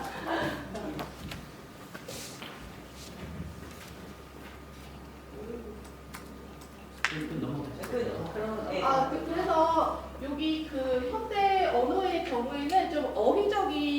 능력이 적용이 되는데요. 그래서 뭐 자동사의 그 주어와 타동사의 직접 목적어가 대응하는 어휘적인 그런 능력상 렉시컬 얼버티버티가 나타나는데요. 그래서 만약에 더 윈도우 브로크랑 잠 브로크 더 윈도우라고 했을 때 이거는 그냥 영어의 특징인데 영어에서는 뭐 그 명사 자체가 격변화를 한다거나 그렇지 않잖아요. 그래서 그냥 더 윈도우 주어랑 목적어가 아무 형태 변화가 없는데 뭐 이것을 굉장히 그런 뭐 격변화가 없고 그 다음에 저기 그 A의 문장에서는 더 윈도우가 주어로 쓰이는데 그 다음에 B 문장에서는 그 직접 목적어로 쓰이는데 이때 그 브레이크라는 동사가 똑같이 쓰이고 있죠. 그래서 브레이크라는 동사가 똑같이 쓰이고 있는데 그러니까 A에서는 자동사로 쓰이고 B에서는 타동사로 쓰이고 있는데 어떻게 이렇게 그 형태적인 문법 변화 없이 이렇게 자동사와 타동사로 동시에 같이 쓰일 수 있는가 이런 것들에 대해서 굉장히 독특함을 느껴서 현대 언어의 이런 어휘적인 능력성에 대해서 연구가 많이 되어 왔습니다. 그래서 확실히 능격 언어는 대격 언어와 명확히 다른 특성을 보여주고 있는데요. 대격 언어라고 하면은 그 잘 알고 있듯이 그 목적어에 그러니까 목적격을 부여하는 언어가 대격 언어죠. 그래서 S와 A의 주격 노미너티브를 부여하고 P의 대격 어큐저티브를 부여하는데 그래서 그 라틴어를 보면은 여기에 보면은 뭐 밀리테스, 푸고나베룬트 이렇게 읽을 수 있겠죠. 그래서 그 군인들이 싸웠다 이렇게 문장이 나와 있는데 여기 밑에를 보면은 밀리테스, 다리움, 미체론라고 해가지고 여기에서 보면은 확실히 그 목적격에서는 다리우스의 어큐저티브가 부여돼 있죠. 그러니까 우리가 그냥 상식적으로 알고 있는 한국어도 목적격 그 뭐 나는 사과를 먹었다라고 했을 때 을을이 목적격 조사가 붙으니까 그런 그냥 흔히 알고 있는 목적격 언어가 대격 언어라고 할 수 있습니다. 반면에 능격은 조금 독특한데요. 능격 언어는 S와 P가 절대격으로 나타나고 A가 능격을 부여받는 언어인 거예요. 그러니까 아바르 뭐 그 코카서스 쪽에 있는 언어라고 하는데 여기에서는 지금 그러니까 직접 목적어를 갖는 주어에 얼버티브가 붙는 거죠. 그래서 그 직접 목적어를 타동사를 나타내는 게 이 직접 목적어에 을을이 붙는 게 아니라 주어가 타동사를 가지고 있다는 거를 주어에 능격 표지가 붙는 거예요. 이런 유니크한 언어가 있고요. 그래서 영어의 능력성을 보면은 그 영어는 근데 조금 어휘적인 그런 능격성에 해당을 하는데 그래서 대격 언어지만 가끔 능격 동사가 나타날 때가 있어서 이거를 그 현대 언어 학자들이 그런 어떤 영어 동사들의 리스트를 쫙 정리를 하고 이렇게 모아놨는데요. 그래서 영어는 일부 동사가 자타 양형동사로 쓰이는 그런 어휘적인 능격성이 있는데 그 아마 영어를 연구하는 학자들이 이런 능격 동사들을 발견을 하고 그것을 영어에서 어떤 동사들이 능격에 해당되나 그런 리스트를 모아놓은 것으로 보입니다. 그래서 영어에서는 오잔, move the stone과 the stone move 라고 해서 직접 목적어를 가지고 있을 때와 가지고 있지 않을 때 모두 move가 자동사로도 쓰이고 타동사로도 쓰이고요. 근데 이제 제가 그 티르키예어에서도 제가 티르키예어를 이제 한국에서 배우기 시작했어요. 그래서 배우게 된 계기는 뭐 저한테 먼저 제안이 왔고 그 티르키예어를 배워보지 않겠느냐. 그리고 저도 뭐 만주어와 이런 북방 언어가 좀 공통점이 있을 거라고 생각을 해서 뭐 티르키예어를 한번 배워보면서 북방 언어, 뭐 그 유목민들의 언어를 배워보면 좋겠다 이런 생각이 들어서 이제 좀 이렇게 기초 문법부터 배우기 시작했는데 굉장히 흥미롭게도 이런 자타 양형 동사들이 나타나더라고요.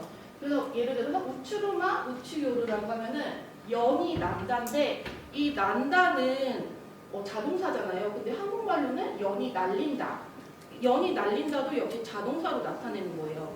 그래서 굉장히 흥미로운 그런 현상이라고 생각을 했고 그래서 아흐멧, 우추루마유, 우추요르 이렇게 해서 아흐멧이 연을 날린다라고 해서 이 날다와 날린다가 둘 다 그냥 우치요로 이렇게 똑같은 방식으로 표현을 하더라고요. 그래서 흥미롭다고 생각을 했고, 그 다음에 종이 울다, 이것도 질 찰르요로, 이것도 종이 울다 자동사랑 아우메시 종을 울리다 타동사가 똑같이, 그러니까 그냥 찰르요로 똑같은 하나의 형태로 자동사 타동사를 다 설명하고 있는 것을 알 수 있습니다.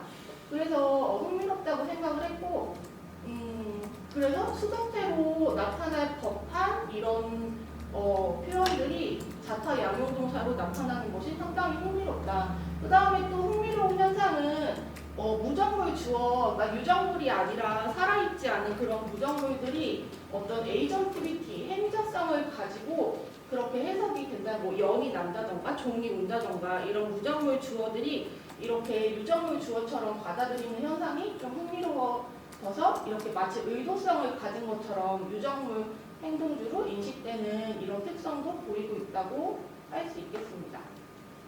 그래서 이것은 제가 중세 한국어를 좀 더 공부를 해보면 더 흥미로울 것 같은데요. 뭐 예를 들어서 중세 한국어에서도 이렇게 무정물 주어가 약간 에이전티버티를 갖는 것들이 나타나더라고요. 그래서 이양천 선생님 논문을 보면은 그렇게 중세 한국어에서 고삐가 잡았다 이런 문장이 가능하다고 주장을 하시는 거예요. 그러니까 뭐 고삐가 잡아지다, 고삐가 잡히다 그게 아니라 고삐가 잡았다라고 하면은 이거는 고삐를 잡다라고 해야 되는데 고삐를 잡다가 아니라 고삐가 잡다 이렇게 표현을 했기 때문에 중세 한국어에서 이렇게 현대 티르크어처럼 그런 무정물 주어의 에이전티버티가 있을지에 대해서 좀 더 중세 한국어 텍스트도 좀 연구를 해보면 좋을 것 같아서 예를 들어서 두 칼이 꺾으니 근데 이것도 두 칼을 꺾으니가 돼야 될 것 같고 살이 바꿔내도 살을 바꿔내 그래서 이렇게 을을이 써야 될 자리에 주격주어가 나타나는 경우가 있어서 중세 한국어의 무정물 주어 행위자성이 이렇게 현대 티르키어처럼 나타나는 것인가 그런 부분에 대해서 좀 관련성이 좀 더 뭔가 심화 연구가 필요하다 이런 생각이 들었습니다. 그래서 이 뒷부분은 이제 영어와 한국어와 그 티르키의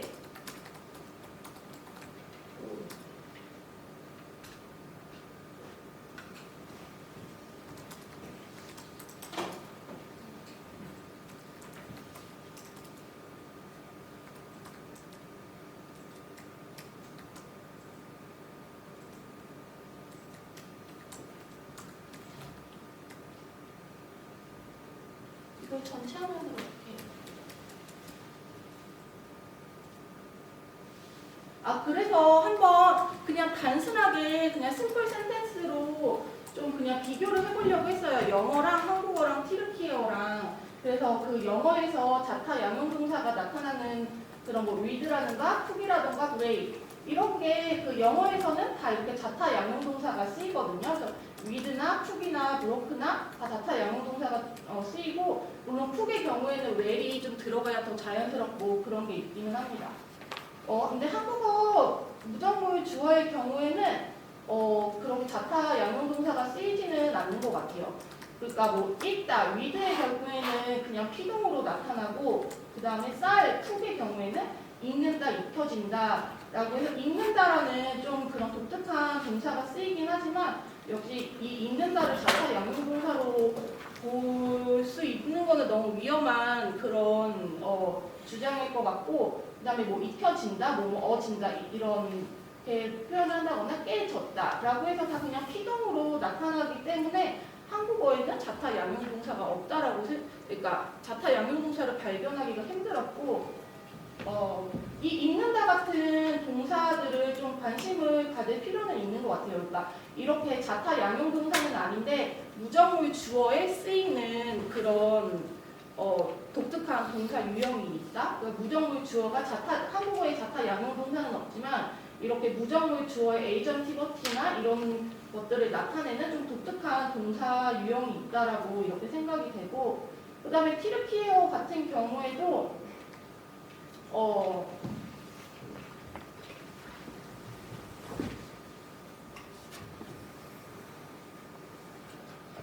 같은 경우에도 자타 양용 뭐 만약에 본다면 저 PCO로 정도만 자타 양용동사로 볼 수 있지 않나 이런 생각이 들기는 하는데 뭐 크루드 같은 경우 깨졌다라는 경우에는 피동이 나타나고 있고 이 오프노요름이나 푸시요르를 자타 양용동사로 볼 수 있을지 여부는 뭐 그래도 일단 자타 양용동사나 조금 그런 유연성이 있다는 그런 정도로 그럴 가능성을 좀 생각해 볼 수 있다라고 해서 좀 티르키예어의 경우에는 어느 정도 자타 양용동사가 좀 있는 것 같은데 한국어에서는 찾아보기 힘들었고 영어에서는 이런 자타 양용동사로 정리해 놓은 목록이 있는데 그래서 그 어떤 정도를 보면은 그래서 그 정도를 보면은 그 부정물 주어문의 능격성 정도는 그 어휘적인 능력의 경우에는 영어가 가장 높고 그 다음에 티르키예어 한국어 순위 아닌가. 그래서 한국어에서는 사실상 자타형 동사가 물론 이게 뭐 그 샘플 센텐스 5개를 보고 이렇게 말을 하기는 힘들지만 그래도 영어에서 나타나는 동사를 한국어에 대입시켜 봤을 때는 일단은 한국어에서는 이런 샘플 센텐스에서는 발견되지 않았고 다만 뭐 자연의 움직임을 나타내는 이런 작용 동사 이런 것들에 이제 범주가 있음이 드러났는데 그래서 저는 한국어랑 좀 티르키예어 그다음에 영어에서 나타나는 그런 뭐 능격성이라는 근데 이때의 능격성은 어휘적인 능격성인데 그런 부분을 좀 이런 샘플 센텐스를 통해서 살펴보려고 해봤습니다. 발표는 이것으로 마치겠습니다. 이렇게 질문을 직접 해주시고 뭐 다 갖고 계시니까 리마인드는 하지 않겠습니다. 그래서 첫 번째, 두 번째, 첫 번째 같은 경우는 백태영 교수님이 빅데이터 관련해서 하셨고요. 그 다음에 이종혜 교수님이 한국문화 콘텐츠에 관해서 이야기를 하셨고 세 번째로 지문경 교수님은 동부 지역의 초중고 이를 하셨고요. 정진호 교수님은 훈민정음 관련돼서 이야기하셨고 김은희 교수님이 양용동사에 관련해서 했습니다. 자, 질문 있으시면 자유롭게 질문을. 참고로 정진호 교수님은 좋은 질문자에게 책을 선물해 드립니다. 상기해 주시기 바랍니다. 세계 욕심나신 분은 질문해 주시기 바랍니다. 질문이 아니어도 이 책이 필요하다고 어필하시면 됩니다.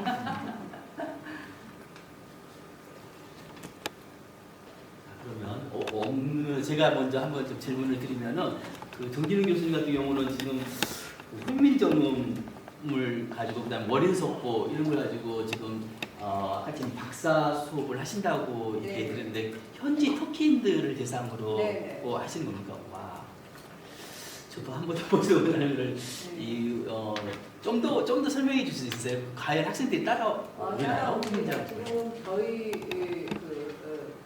우리 한국 어문학과 학생들의 수준은 제가 생각했던 거 이상으로 굉장히 높습니다.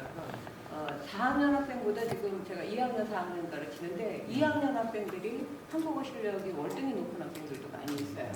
4학년들은 교환학생도 갔다 오고 꽤 이제 말도 유창하게 하는데 그 뉘앙스를 알아듣는다든지 교감하는 능력 같은 것들은 2학년들이 훨씬 이제 대단하고 지금 저는 또 이제 한국 철학책을 터키어로 이제 공동 작업을 그때 교수님하고 대학원생들하고 통합하고 있는데 사실 한국말로도 되게 어려운 용어들 아닙니까? 아유 철학하고 있네 뭐 이런 말은 약간 비꼬면서 어려운 말 하고 있네 이렇게 쓰고 있는 실정인데도 불구하고 이 학생들이 뭐 성리학, 실학, 뭐 유교의 학갈래 무슨 뭐 이런 이야기들을 어쨌든지 간에 자기네들 수준으로 이해를 해서 발표를 하는 그런 정도니까 이 월인석보를 가지고도 이제 체계적으로 잘 설명을 찬찬히 하면 제가 그래서 제일 중요하게 21년도에 와서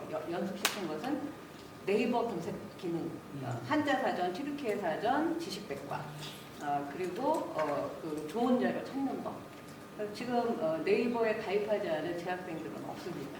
그걸로 해서 굉장히 실력이 늘었다고 볼 수 있죠. 그래서 그런 교습 방법도 언젠가 한 번쯤 제가 특강으로 할 수 있으면 좋겠다는 생각이 듭니다. 있습니다. 우리 나자라 대표께서 한번 초청을 했으면 좋겠는데 네. 되는지 모르겠습니다. 뭐 다른 혹시 뭐 질문 있으실까요? 제가 두 분. 예. 상호 질문하셔도 네, 됩니다. 네, 백태원 선생님하고 진문권 선생님께 굉장히 재미있게 흥미롭게 잘 들었습니다. 백태원 선생님은 빅데이터 가지고 그 키르기즈스탄 그 찾아보신 거 굉장히 재미있게 봤고요. 저는 이제 또 한편으로는 이제 불교 철학자로서 그 키르기즈스탄의 그 불교 유적을 문화 콘텐츠화 한다든지 그 총학기가 연결해서 뭐 그런 그 유적들을 이렇게 많이 알리시면 좋지 않을까라는 생각이 들었고 발표하실 때 잠깐 검색해 보니까 우리나라 그 불교 조계종에서도 키르기즈스탄의 그 불교 유적들을 조사하고 싶다 이런 그 총무원의 이제 제일 크신 그 책임자가 그런 기사 인터뷰를 한 걸 봤습니다. 그런 거에 대해서 어떻게 생각하십니까? 네, 이제 이슬람이 들어오기 전에 불교하고 조로아스터교가 이제 그쪽을 지나갔는데 불교식이 많이 남아 있습니다. 남아 있고 발굴도 되고 이렇게 되는데 중요한 사실은 아직 이슬람에 대해서 잘 모르고 중앙아시아 잘 모르다 보니까 이게 불교만 너무 이제 부각될 경향이 있습니다. 그래서 이제 그 이전에 먼저 또 구설론을 알아야 되고 그다음에 그쪽이 종교가 좀 예민한 지역들이기 때문에 그다음에 이제 불교든 이슬람이든 불교 이전의 전통 신앙이 훨씬 더 발전되어 있거든요. 예를 들어서 제가 말씀드렸듯이 전 세계 안각화의 50%가 기리스탄이 있다고 했잖아요. 그러니까 이제 지금도 기리스탄 같은 경우에는 이슬람이지만 머리는 이슬람이지만 가슴은 전통 신앙이 들어있다고 얘기합니다. 그러니까 이제 전체적인 상황이라거나 배경이라거나 그다음에 이런 부분을 알고 그다음에 접근하는 게 좋지 않겠나라는 생각이 드는데 간혹 불교 유적 하나가 있으면 마치 기리스탄 지역의 불교 문화가 굉장히 이제 발전합니다.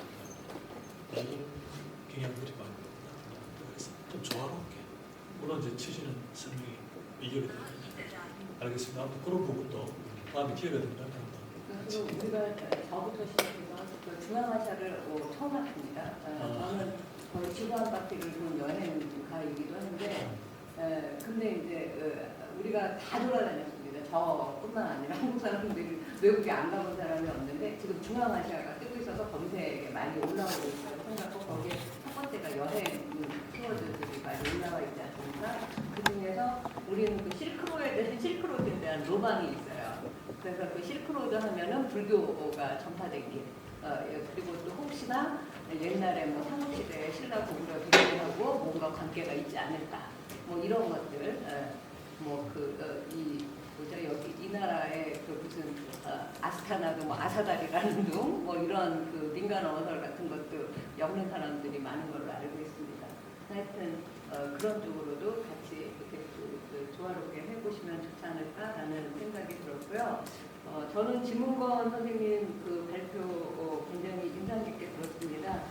제가 터키에 와서 그 20년 만에 다시 와가지고 봤을 때 지금 대학생들보다 사실은 초등학생이 거의 우리 한류 문화에 열광하고 있어요. 그러니까 제가 초등학교에 창간 수업에 한번 우연히 누구 따라가 봤는데 제가 한국 남한에서 왔다고 하니까 블랙핑크 노래와 춤을 추면서 저를 막 따라다니는 겁니다.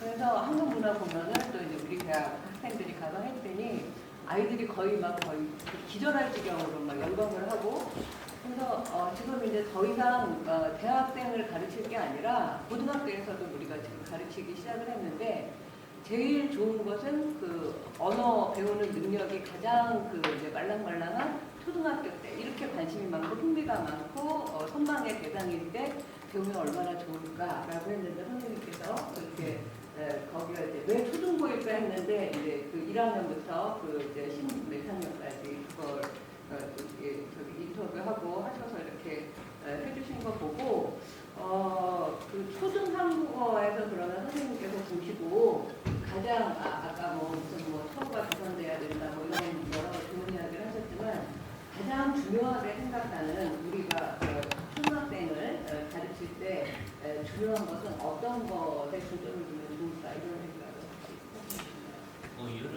문제가 있을 수 있겠지만 우즈벡의 교육 환경상 네. 아까도 뭐 매점만에서 이야기했지만은 교사의 안정적인 그런 이제 보급이 가장 중요합니다. 왜냐하면은 교사의 어떤 처우가 낮기 때문에 한국에서 생각하는 교사의 수준과 우즈벡에서 생각하는 교사의 수준이 다릅니다. 그래서 조금 이제 과장되게 조금 좀 격하게 표현을 하면은 그냥 알바하듯이, 왜냐하면 교사의 처우가 너무나 낮기 때문에 갔다가 마음에 안 들면은 그냥 바로 그만두는 이제 그런 수준이 있기 때문에 학교장 선생님께서 하고 싶어도 교사가 없으니까 지금 한국 교육이 많이 진행이 되어지고 있지 않는 이제 상태입니다. 그래서 이제 일단 교사의 안정적인 수업이 이제 가장 중요하고, 그 다음에 그런 부분들이 이제 한국 정부라든지 우즈벡 정부에서 좀 이렇게 그런 현실들을 반영을 해서 좀 정책적으로 제도적으로 뒷받침되어야 되고, 또 우즈벡의 어떤 정치 경제의 특성상 좀 국가 주도의 어떤 교육이 이루어지고 있기 때문에 학교장 선생님이 어떤 선택의 권한의 폭이 상당히 제한되어 있습니다. 그래서 그런 부분들이 공통적으로 교장 선생님 내부를 만나봤지만은 좀 교육부에서 좀 지원을 해줘야 된다. 우리가 할 수 있는 권한이 없다. 실제로 공통적인 그런 부분들이 있습니다. 우즈벡의 어떤 정치 경제적 그런 상황들을 좀 이해하면서 초중급 교육을 좀 바라보는 그런 좀 이렇게 안목이 있어야 되는 그런 부분이 있습니다. 혹시 다른 질문, 뭐 마지막으로 질문해보고 싶은 기회 마지막입니다. 없습니까? 예. 짧게 하겠습니다. 시간이 없습니다. 네. 김현정 선생님. 선생님이 발표를 해주셨는데 오래간만에 제가 언어학 쪽에 관련된 발표를 들어서 기분이 좋았어요. 네. 그 결론을 보면 한국어에서는 사실상 자타 양용 동사가 발견되지 않았다. 그렇게 하셨는데 이 연구를 하는 계기라든가 이 분야에 관심을 어떻게 갖게 됐고, 그 만주어를 이렇게 만주 쪽으로 연구를 하셨는데 앞으로 기획이 연구 계획이라든가 이런 것들 들어보고 싶습니다.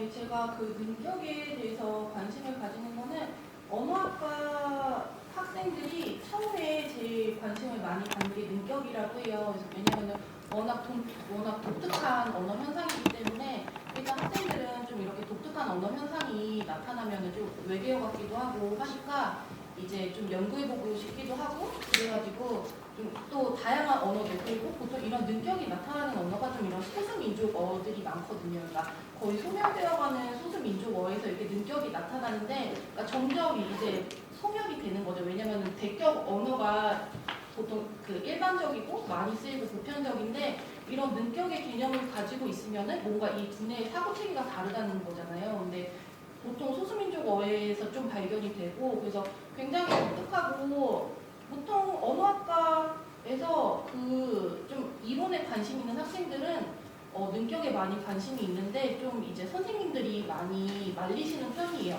왜냐면은 이런 능격이나 이런 너무 추상적이고 현학적인 개념을 너무 그런 데 매달리지 말고 좀 이제 실제 살아있는 언어, 그 다음에 뭐 그런 방언 조사라던가 그런 거를 좀 실질적인 거를 해라, 그렇게 하시는 편인데, 뭐 저뿐만 아니라 많은 그런 언어학과 학생들이 제일 뭐 처음에 그런 이론 공부할 때 관심 가지는 게 능격이라는 그런 언어 현상이라서 그렇게 뭐 그런 쪽을 능격에 대해서 관심을 갖게 되기는 했고, 그 다음에 앞으로의 뭐 제가 그 만주어를 전공을 했는데, 저는 만주어가 사오기 때문에 사실상 뭐 그거를 역사적인 문헌을 자료를 통해서 이렇게 만주어를 연구할 수밖에 없기 때문에 아무래도 언어 연구라기보다는 좀 문헌 연구에 가까워요. 거의 실록을 연구해야 되고, 뭐 역사, 뭐 청나라 역사, 뭐 그런 부분을 이제 연구를 하는 게 거의 대부분이고, 어떤 살아있는 언어를 조사할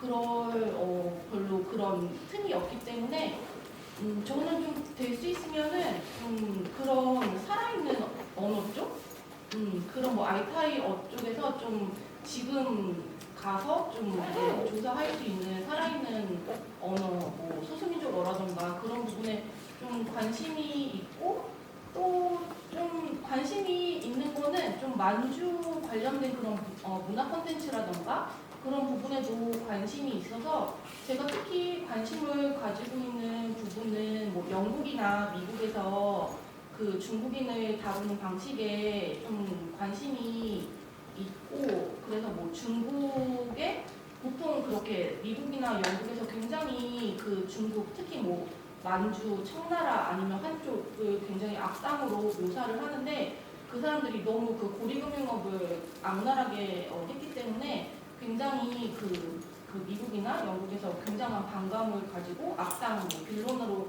등장하는 경우가 많다고 하는데 저는 일단 만주어 전공자이기 때문에 만주에 대한 애정이 있고 뭔가 그래서 어떤 만주나 그런 부분이 좀 문화 콘텐츠에서 이제 다뤄지는 방식이나 그런 부분에 대해서도 제가 언어학 전공이지만 좀 만주어에 대해서 보편적으로 조금 이렇게 좀 커버하고 싶은 그런 마음이 있습니다. 감사합니다.